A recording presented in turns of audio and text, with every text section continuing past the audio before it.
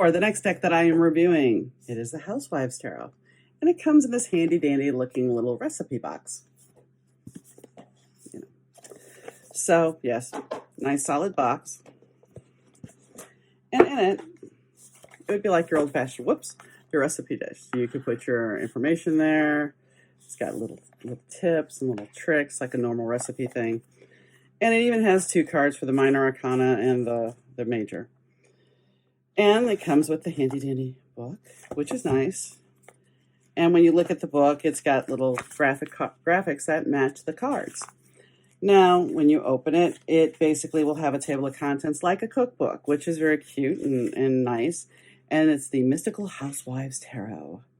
And it says the legend of the Mystical Housewives Tarot. So there's a little story.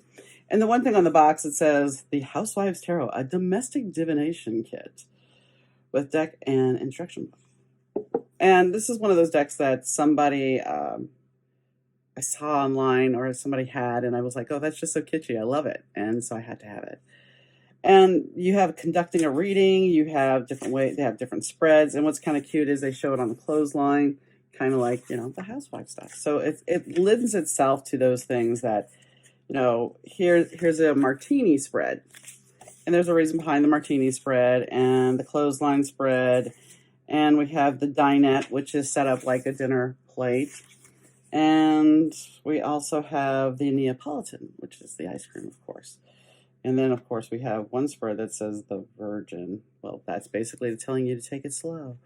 So so that's that. And then we go into the major arcana, and each spread is broken down. And there's nothing else in here except the details about the cards. Now, the cards do not talk about reading reversals. They do have keywords, but there are no reversals mentioned. So this is a deck that I tend not to read reversals on. I mean, I could, but I tend not to. And once again, the creator of the deck did not allow for that. Some decks, like I said, lend themselves to that perfectly. And other decks, they're not meant for that. They just don't like to do that. So while we look at this, the cards here represent different things. And it's always about housewives. And it's kind of vintage because there's the latex glove and the lovely plate.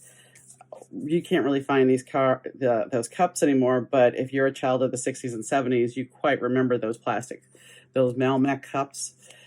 They still offer some of them. But you also remember from the 50s and 60s, and no, I'm not that old. But you can remember the ads that would be like the shifty salesman you would see in a movie or something of somebody being shady. The Nine of Swords here is kind of amusing because it's like, here's this whole collection and then there's Granny with a knife.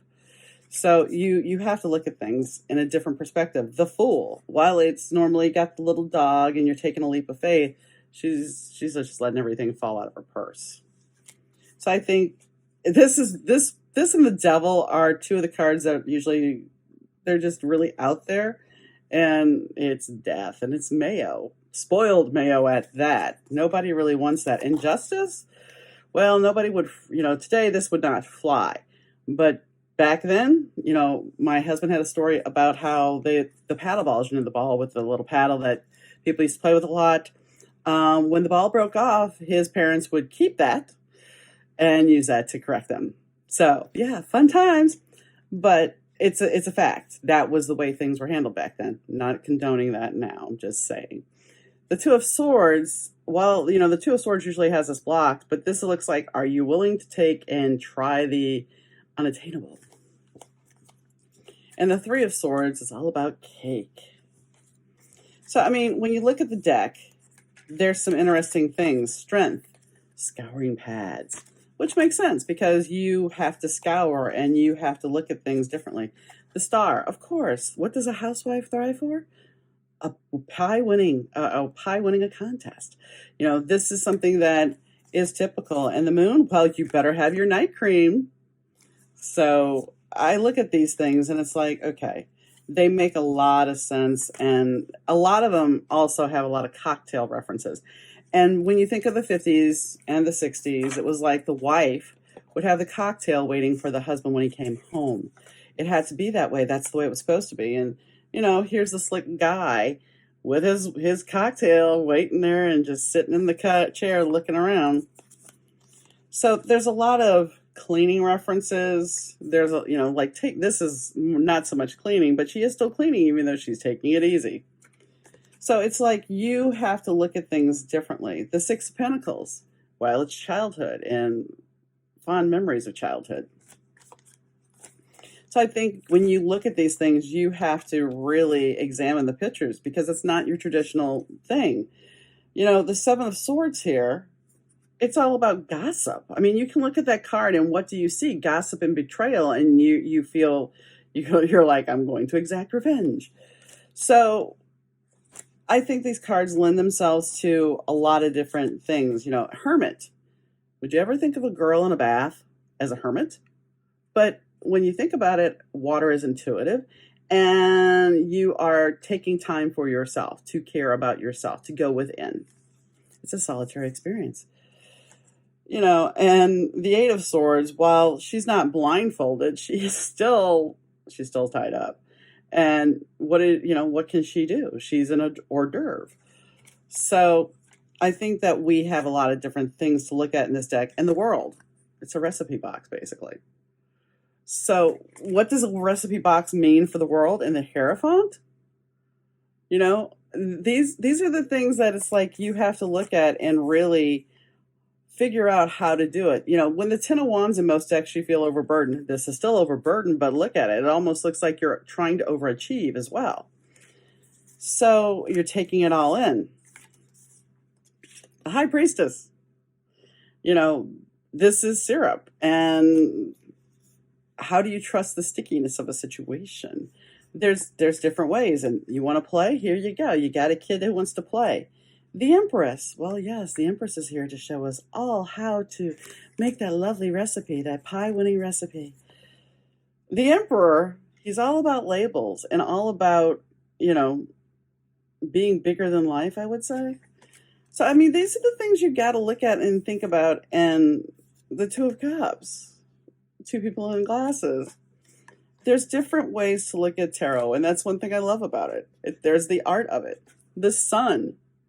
It's sunny side up eggs on a plate. The Chariot, yes, the station wagon. And yeah, the hubby who had siblings would talk about being in the way back.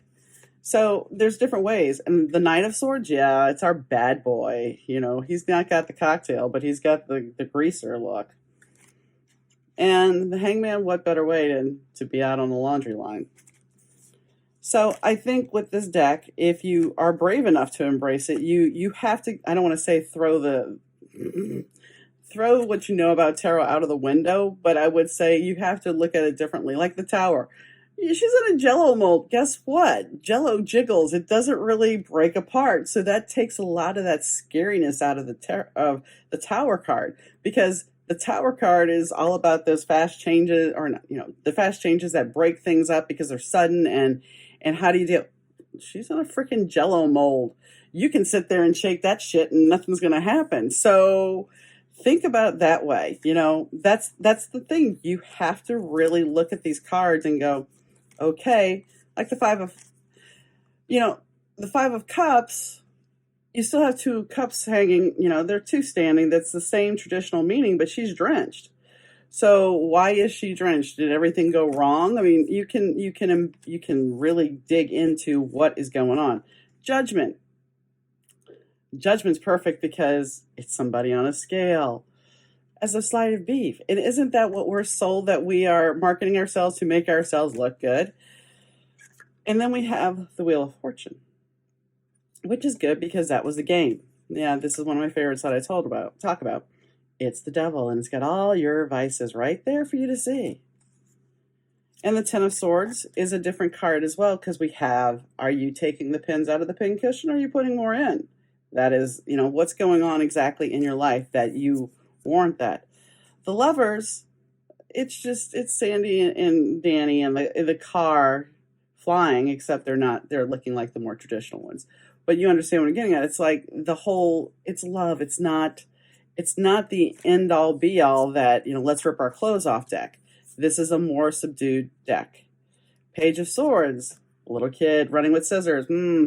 So what I would say, as if you want to experience this deck, it's a good deck. It's got good cards in it, but it's not your traditional deck. Cardstock's good. It handles shuffling well. And yes, they do bend after a certain point. So I would say the shuffle works just fine. They are fun to read with. They give some humor to your readings. So if you're looking for something that's fun to read, and some people will say it's misogynistic, and it may be, but you have to think about the time that this deck is hearkening back to, and just have a little whimsy with it. Don't take it so seriously, because it's not a deck to take seriously. So on that note, I hope you have a great day. And I hope if you have any comments or questions about the deck, please reach out and leave a comment, or you can message me. Thanks.